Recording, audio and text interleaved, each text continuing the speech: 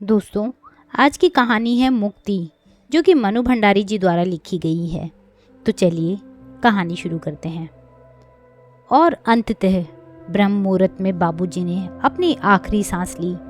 वैसे पिछले 8-10 दिन से डॉक्टर सक्सेना परिवार वालों से बराबर यही कह रहे थे, प्रार्थना कीजिए ईश्वर से कि वह अब इन्हें उठा ले, वरना एक बार अगर कैंसर का दर्द शुरू हो गया तो बिल्कुल बर्दाश्त नहीं कर पाएंगे ये। परिवार वालों के अपने मन में भी चाहे यही सब चल रहा हो, पर ऊपर से तो सब एक दुखद मौन ओढ़े खड़े रहते, बिल्कुल चुपचाप। तब सबको आश्वस्त करते हुए डॉक्टर सक्सेना ही फिर कहते, वैसे भी सोचो तो इससे अधिक सुखद मौत और क्या हो सकती है भला। चारों बच्चे सेटल ही नहीं हो गए, कितना ध्यान भी रखते हैं पिता का। वरना आज के जमाने में तो बड़े भाग से मिलता है ऐसा घना गुथा संयुक्त परिवार, जिसके आधे से ज्यादा सदस्य तो इसी शहर में रहते हैं और बराबर जो अपनी ड्यूटी निभाते ही रहे हैं। कहीं कोई चूक नहीं, कहीं कोई कमी नहीं। परिवार के लोग चुप। मेरा मन जरूर हुआ कि उन्हीं की बात को आगे बढ़ाते हुए इतना और जोड़ दूं कि कितनों को मिलते हैं आप जैसे डॉक्टर, जो इलाज करते करते परिवार के सदस्य ही बन गए, बाबू के तीसरे बेटे। पर कहा नहीं गया। मैं भी परिवार वालों के साथ चुप ही खड़ी रही। और सबसे बड़ी बात तो यह है कि कितनों को नसीब होती है ऐसी सेवा करने वाली पत्नी। मैं तो हैरान हूँ उनका सेवा भाव देखकर। आखिर उम्र तो उनकी भी है ही, इसके बावजूद पिछले 8 महीनों से उन्होंने न दिन को दिन गिना न रात को रात, बस लगातार और बिना वाक्य पूरा किए ही मुड़कर वे जाने लगते। पता नहीं क्यों मुझे लगता जैसे मुड़ते ही वे अम्मा के इस सेवा भाव के प्रति कहीं नतमस्तक हुए हो। और मैं सोचती कि चलो कम से कम एक आदमी तो है जिसके मन में अम्मा की इस रात दिन की सेवा के प्रति सम्मान है, वरना परिवार वालों ने इस और ध्यान देना ही छोड़ दिया है। बस जैसे वो करती हैं तो करती हैं। किसी ने इसे उनके फर्ज के खाते में डाल दिया, तो किसी ने उनके स्वभाव के खाते में, तो किसी ने उनकी दिनचर्या के खाते में। सबके ध्यान के केंद्र में रहे तो केवल बीमार बाबू। स्वाभाविक ही था, बीमारी भी तो क्या थी, एक तरह से मौत का पैगाम। हाँ, मुझे जरूर यह चिंता सताती रहती थी कि बिना समय पर खाए, बिना पूरी नींद सोए, बिना थोड़ा सा भी आराम किए जिस तरह अम्मा दिन रात लगी रहती हैं, तो कहीं वे भी ना बीमार पड़ जाएं, वरना कौन देखभाल कर सकेगा बाबू की इस तरह से। बाबू दिन दिन भर एक खास तेल से छाती पर मालिश करवाते थे, तो रात रात भर पैर दबवाते थे। मैं सोचती कि बाबू को क्या एक बार भी ख्याल नहीं आता कि अम्मा भी तो थक जाती होंगी, रात में उन्हें भी तो नींद की जरूरत होती होगी, या दिन के समय खाने की। पर नहीं, बाबू को इस सब का शायद कभी ख्याल भी नहीं आता था। उनके लिए तो अपनी बीमारी और अपनी तीमारदारी ही सबसे महत्वपूर्ण थी, और इस हालत में अम्मा से सेवा करवाना वे अपना अधिकार समझते थे। तो इसी तरह सेवा करना अम्मा का फर्ज।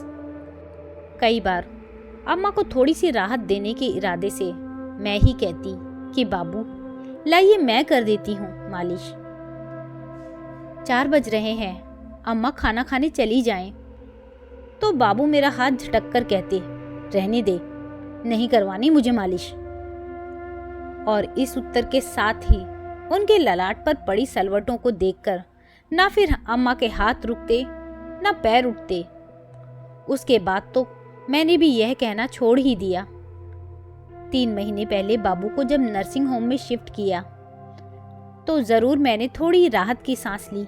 सोचा अब तो उनकी देखभाल का थोड़ा बोझ नर्स भी उठाया करेगी, अम्मा को थोड़ी राहत तो मिलेगी।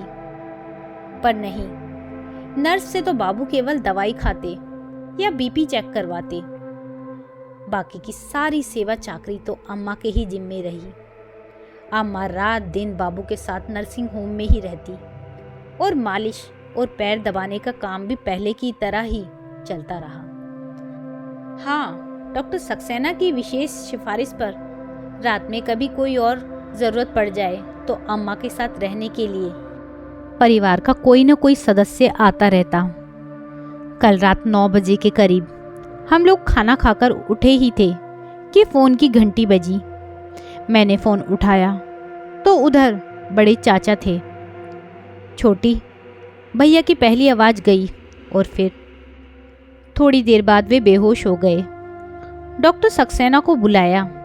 उन्होंने आकर अच्छी तरह देखा और फिर कमरे से बाहर आकर इतना ही कहा, बस समझिए कि कुछ घंटों की ही बात और है, आप फ़ोन करके बच्चों को बुला लीजिए। फिर उन्होंने नर्स को कुछ आदेश दिए और चले गए। सो देख, तू फ़ोन करके शिवम को कह दे कि सवेरे की पहली फ़्लाइट पकड़कर आ जाए। लखनऊ फ़ोन करके बड़ी को भी कह दे कि वह भी जल्दी से जल्दी पहुँचे। अमेरिका से नमन का आना तो मुश्किल है, पर सूचना तो उसे भी दे ही दे। और सुन, फ़ोन करके तू नर्सिंग होम आ जा, मैं बाहर निकलूँगा, सारी व्यवस्था भी तो करनी होगी। सुना तो मैं ज्यों की तो सर थामकर बैठ गई। बिना बताए ही रवि जैसे सब कुछ समझ गए। स्नेह से मेरे कंधे पर हाथ रखकर पूछा, नर्सिंग होम चलना है? मैंने धीरे से गर्दन हिलाकर अपनी स्वीकृति दी तो रवि ने पूछा, क्या कहा चाचा जी ने? क्या? बाबू बेहोश हो गए हैं और डॉक्टर साहब ने अच्छी तरह देखने के बाद कहा कि बस कुछ ही घंटों की बात और है। परिवार वालों को खबर दे दो, यानी कि बाबू अब। और मेरी आवाज़ रुंध गई। रवि ने मेरी पीठ सहलाई। तुम तो हिम्मत रखो, वरना अम्मा को कौन संभालेगा? अम्मा की बात सोचकर एक बार तो मैं और विचलित हो गई। क्या गुजरेगी उन पर फिर अपने को संभाल कर उठी और सबसे पहले बम्बई बड़े भैया को फ़ोन किया। सारी बात सुनकर वे बोले, थैंक गॉड, बिना तकलीफ शुरू हुए ही शांति से जाने की नौबत आ गई। ठीक है, मैं सवेरे की पहली फ़्लाइट लेकर आता हूँ, पर देख, सुषमा तो आ नहीं पाएगी। दोनों बच्चों के बोर्ड के इम्तिहान जो हैं, मैं अकेला ही पहुँचता हूँ। वैसे भी सब लोग करेंगे भी क्या? दीदी को फ़ोन किया तो उन्होंने भी इतना ही कहा कि जल्दी से जल्दी आने की कोशिश करती हूँ। इसके आगे पीछे न कुछ कहा न पूछा। बाबू तो खैर जा ही रहे हैं, अम्मा के बारे में ही कुछ पूछ लेती, पर नहीं, लगा जैसे रस्म अदायगी के लिए आना है, सो आ रहे हैं। हैरान सी मैं गाड़ी में बैठी तो रवि से कहे बिना ना रहा गया। रवि, भैया और दीदी की आवाज़ का ऐसा ठंडापन, जैसे सब इस सूचना की प्रतीक्षा कर रहे थे, किसी को कोई सदमा ही न लगा हो। ऐसा क्यों सोचती हो? याद नहीं कैसा सदमा लगा था उस दिन जब पहली बार डॉक्टर्स से कैंसर की रिपोर्ट मिली थी। उसके बाद कुछ महीनों तक तो कितनी लगन से बाबू की देखभाल और तीमारदारी चलती रही थी। शुरू के 4 महीने में 2 बार तो बम्बई से बड़े भैया आए, एक बार अमेरिका से छोटे भैया भी आए। उन्होंने तो बीमारी का सारा खर्च उठाने का जिम्मा भी लिया, वरना आज बाबू क्या नर्सिंग होम का खर्चा उठा पाते? फिर यहाँ रहने वाले परिवार के दूसरे लोग भी तो रोज हाजिरी बजाते ही रहते थे। हाँ, समय के साथ साथ जरूर सब कुछ थोड़ा कम होता चला गया, जो बहुत स्वाभाविक भी था। मैंने सोचा, ठीक ही तो कह रहे हैं रवि, दूसरों की क्या कहूँ, मैं खुद अब कहाँ पहले की तरह 4-4, 5-5 घंटे आकर बाबू के पास बैठती रही हूँ। इधर तो 2-3 दिन छोड़कर भी आने लगी थी। शायद यही जीवन की नंगी सच्चाई है कि जैसे जैसे बीमारी लंबी खिंचती चली जाती है, फर्ज के तौर पर ऊपर से भले ही सब कुछ जैसे तैसे घिसटता रहे, पर मन की किसी अनाम परत पर उस अघट के घटने की प्रतीक्षा भी नहीं चलती रहती। शायद इसीलिए मौत की इस सूचना ने सदमा नहीं, राहत ही पहुंचाई सबको। फिर भी कम से कम मेरे मन में चलने वाली हर बात, हर सोच को अच्छी तरह समझने वाले रवि का एक हाथ मेरे पीठ सहलाने लगा।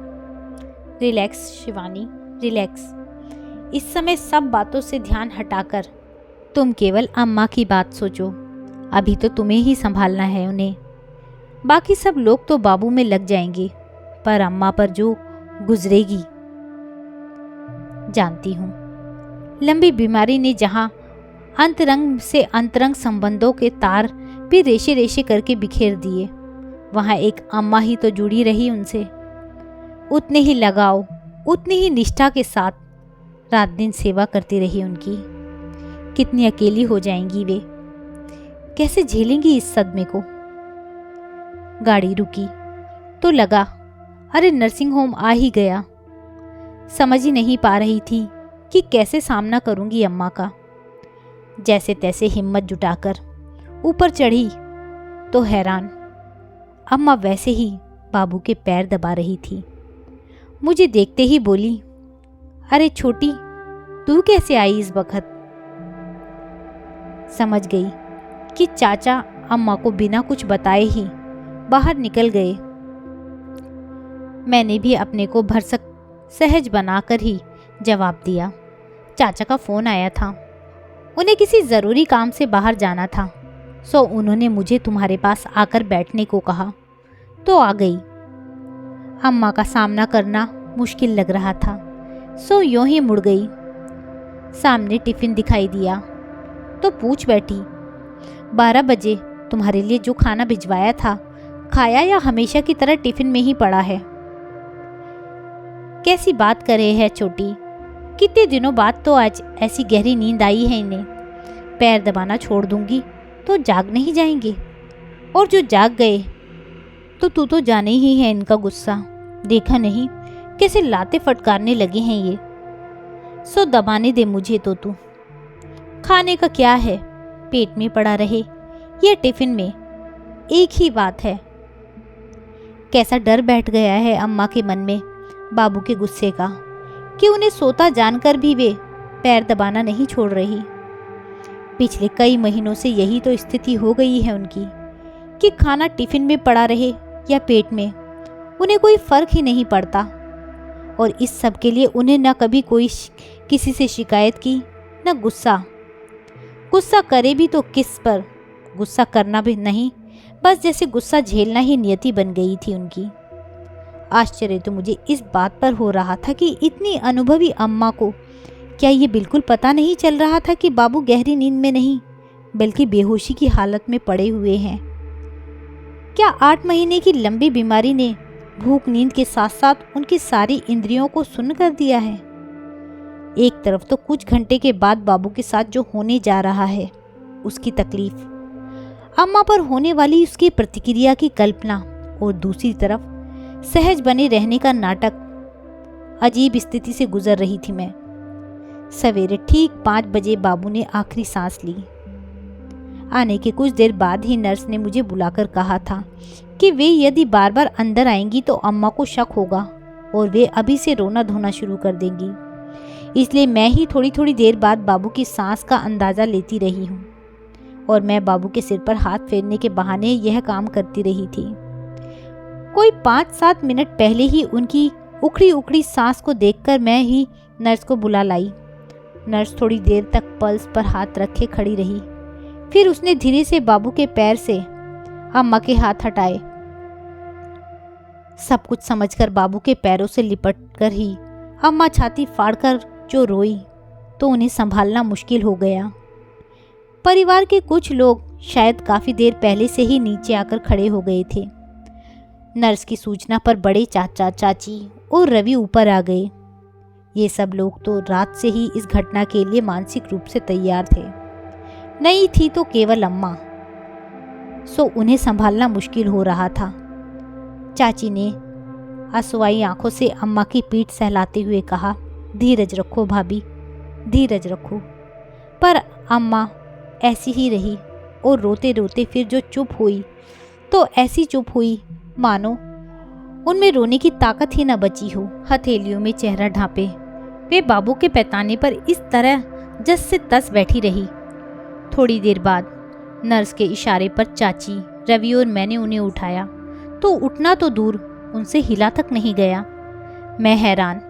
अभी कुछ देर पहले ही जो अम्मा पूरे दमखम से बाबू के पैर दबा रही थी, उनसे अब हिला तक नहीं जा रहा था। गए तो बाबू थे, पर लगा जैसे जान अम्मा की निकल गई हो। घर लाकर उन्हें बाबू के कमरे में ही बिठा दिया। वे जमीन पर दीवार के सहारे पीठ टिकाकर बैठ गई, बिल्कुल बेजान सी।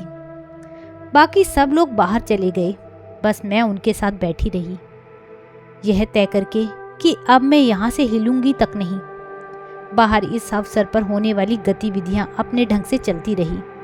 बड़े भैया 10 बजे की फ्लाइट से आए और एयरपोर्ट से सीधे नर्सिंग होम चले गए। दोनों चाचियाँ घर की व्यवस्था करने में लग रहीं। 11:30 बजे के करीब दोनों चाचा, भैया और रवि बाबू के शव के साथ घर आए, जहाँ परिवार के लोग पहले से ही इकट्ठा हो गए थे। शव देखकर एक बार जरूर सा फूट पड़े। फिर शुरू हुई यहाँ होने वाली रस्म रिवाज। पंडित जी अपने कौन कौन से श्लोक बोलते पढ़ते रहे और साथ ही साथ कुछ करते भी रहे। फिर बाबू के पैर छूने का सिलसिला शुरू हुआ तो सबने पहले अम्मा, दोनों चाची और मैं किसी तरह पकड़कर अम्मा को बाहर लाए। हाथ जोड़कर अम्मा ने बाबू के पैरों में जो सिर टिकाया तो फिर उनसे उठा ही न गया। हम ही लोगों ने किसी तरह उन्हें उठाकर वापस कमरे में लाकर बिठाया और मैं पैर छूने की रस्म के लिए बाहर निकल आई। लौटी तो देखा अम्मा उसी तरह दीवार से पीठ टिकाई बैठी हैं और उनकी आंखों से आंसू टपक रहे हैं। अम्मा की बगल में बैठकर उनकी पीठ सहलाते हुए मैं सोचने लगी, कैसी विडंबना है। आज अम्मा जिन बाबू के लिए रो रही हैं, कैसी जिंदगी जी है अम्मा ने उनके साथ। बाबू की हर जरूरत, उनकी छोटी से छोटी इच्छा को भी पूरा करने के लिए सदैव तत्पर। जरा सी भी चूक होने पर उनके क्रोध के भय से थरथर कांपती अम्मा के जाने कितने दृश्य ऐसे मेरी आंखों के आगे गुजर गए और मैं रो पड़ी। पर इस समय यह रोना बाबू के लिए नहीं, अम्मा के लिए था। मेरा मन हो रहा था कि अम्मा किसी तरह थोड़ी देर सो ले, पर अम्मा तो लेटने तक को तैयार नहीं थी। शाम 5 बजे के करीब सब लोग लौटे, नहाना धोना हुआ और तब बड़े भैया अम्मा के पास आकर बैठे। सबसे पहले उन्होंने हाथ जोड़कर ऐसी शांत मृत्यु के लिए ईश्वर को धन्यवाद दिया। फिर अम्मा की पीठ सहलाते हुए आश्वासन से लिपटे सांत्वना के कुछ शब्द बिखेरे। फिर हिम्मत और धीरज रखने के आदेश देते रहे। वे और भी जाने क्या क्या कुछ बोलते रहे, पर अम्मा बिल्कुल चुप। उनसे तो जैसे अब न रोया जा रहा है न कुछ बोला जा रहा है। देर शाम की गाड़ी से दीदी आई और जोर जोर से रोते हुए अम्मा के कमरे में घुसी। हाय अम्मा, मैं तो बाबू के दर्शन भी नहीं कर सकी। अरे मुझे पहले किसी ने खबर दी होती तो जल्दी आती। अरे बाबू, हाय अम्मा। मैंने ही उन्हें चुप कराकर जैसे तैसे कमरे से बाहर भेजा। मैं नहीं चाहती कि अब कोई भी अम्मा के पास आए, वे किसी भी तरह थोड़ा सा सो लें, पर यह संभव ही नहीं हो पा रहा था।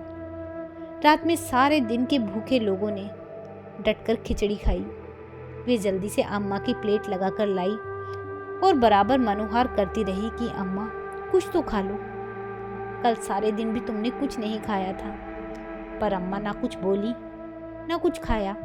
मेरे बराबर आग्रह करने पर उन्होंने बस किसी तरह हिम्मत करके मेरे आगे हाथ जोड़ दिए। उनके इस नकार के आगे तो फिर मुझसे ना कुछ कहते बना ना खाते। दूसरे दिन सवेरे जब 10 बजे के करीब मातब पुरसी का सिलसिला शुरू हुआ, पुरुष लोग बाहर बैठ रहे थे तो स्त्रियां भीतर के कमरे में, सारी औरतें एक तरफ और दूसरी ओर घूंघट काढ़े, घुटनों से सिर टिकाए अकेली अम्मा। औरतों में शुरू में थोड़ा रोना गाना चलता और फिर इधर उधर की बातें। कोई बाबू की लंबी बीमारी की बात करता तो कोई उनकी हिम्मत की तो कोई उनके धीरज की। नौकर के इशारे पर मैं आने वालों के लिए पानी की व्यवस्था करने रसोई में चली गई। पानी की ट्रे लेकर बाहर गई तो हर कोई आने वाला परिवार वालों को सांत्वना देते हुए जैसे यही कहता, अरे भाई, यह है उनकी मृत्यु नहीं, समझो उनकी मुक्ति हुई। बड़े भागवान थे जो ऐसी जानलेवा बीमारी के बाद भी ऐसी शांति से चले गए। यह तो उनके पुण्य का प्रताप ही था कि ऐसे शुभ मुहूर्त में प्राण त्यागे। कितनों को मिलती है ऐसी मौत। तुम्हें संतोष करना चाहिए कि ना कोई तकलीफ पाई, ना दर्द झेला, बस इस जी के जंजाल से मुक्त हो गए। हे परमात्मा, उनकी आत्मा को शांति देना। खाली गिलासों की ट्रे लेकर मैं फिर रसोई में आई तो बाहर से हड़बड़ाती हुई दीदी आई। छोटी अम्मा क्या वहां बैठी बैठी सो रही हैं? ये तो गनीमत थी कि मैं उनको थोड़ा पास ही बैठी थी, सो मैंने उनके हल्के हल्के खर्राटों की आवाज़ सुन ली। पता नहीं किसी और ने भी सुना होगा तो क्या सोचा होगा। उस समय तो मैंने ज़रा पास सरक कर उन्हें जगा दिया, पर उनसे तो जैसे नींद के मारे बैठा भी नहीं जा रहा है। तू चलकर बैठ उनके पास और संभाल, वरना फिर कहीं। अम्मा सो रही हैं। मैंने तुरंत ट्रे रखी और कमरे में आई। वहीं बैठी छोटी भाभी को इशारे से बुलाया और उनकी मदद से पास वाले कमरे में लाकर उन्हें पलंग पर सुला दिया और धीरे धीरे उनका सिर थपथपाने लगी। देखते ही देखते वे सचमुच ही सो गई, शायद एक गहरी नींद में। थोड़ी ही देर में फिर दीदी आई और यह दृश्य देखकर हैरान भन्नाकर बोली, ये क्या? तूने तो इन्हें यहाँ लाकर सुला दिया, ये सो गई? हद है भाई। बाहर तो औरतें इनके मातम में शिरकत करने आई हैं और ये यहाँ मज़े से सो रही हैं। कल बाबू गुजरे और आज ऐसी। दीदी, मैंने उन्हें वाक्य भी पूरा नहीं करने दिया। आप नहीं जानती, मैं जानती हूँ। देखा है मैंने इन 8 महीनों में कितने बिन खाए दिन और अनसोई रातें गुजारी हैं अम्मा ने। आप तो खैर लखनऊ में बैठी थी, पर जो यहाँ रहते थे, जिन्होंने देखा है यह सब, उन्होंने भी कभी ध्यान नहीं दिया अम्मा पर। और तो और रात दिन जिन बाबू की सेवा में लगी रहती थी, उन्होंने भी कभी सोचा कि वे आखिर कभी थकती भी होंगी? नहीं, बस जरा सी चूक होने पर कितना गुस्साते थे अम्मा पर कि वे थरथरा जाती थी। दीदी समझ लीजिए, आप इन 8 महीनों में पूरी तरह निचड़ गई हैं अम्मा। आज न उनसे बैठने की हिम्मत है, न रोने की। परिवार की सारी औरतें तो बैठी ही हैं बाहर, आप भी जाकर वहीं बैठिए। कह दीजिए उनसे कि अम्मा की तबीयत खराब हो गई है, वे बैठने की हालत में नहीं हैं। मेरी बात, मेरे तेवर देखने के बाद दीदी से फिर कुछ कहते तो नहीं बना, बस इतना ही कहा, हम तो बैठ ही जाएंगे पर। और वे निकल गई। मैंने उठकर दरवाज़ा बंद कर दिया और दूसरी ओर की खिड़की खोल दी जो बाहर की ओर खुलती थी। खिड़की खोलते ही बाहर से आवाज़ आई, यह दुख की नहीं, तसल्ली की बात है बेटा। याद नहीं डॉक्टर साहब ने क्या कहा था? भगवान ने आखिर इन्हें समय से मुक्त कर ही दिया। मैंने घूमकर अम्मा की ओर देखा कि इन आवाज़ों से कहीं वे जग न जाएं, पर नहीं, वे उतनी ही गहरी नींद में सो रही थी, एकदम निश्चिंत। तो दोस्तों, यह थी कहानी मुक्ति। आपको यह कहानी कैसी लगी मुझे कमेंट करके ज़रूर बताइएगा। यदि आपको कहानी अच्छी लगी हो तो कहानी को लाइक कीजिएगा, शेयर कीजिएगा और मेरे चैनल को सब्सक्राइब करना ना भूलिएगा। साथ ही बेल आइकन ज़रूर प्रेस कीजिएगा ताकि आने वाली नई कहानियों का नोटिफिकेशन आपको समय पर मिल सके। कहानी सुनने के लिए बहुत बहुत धन्यवाद।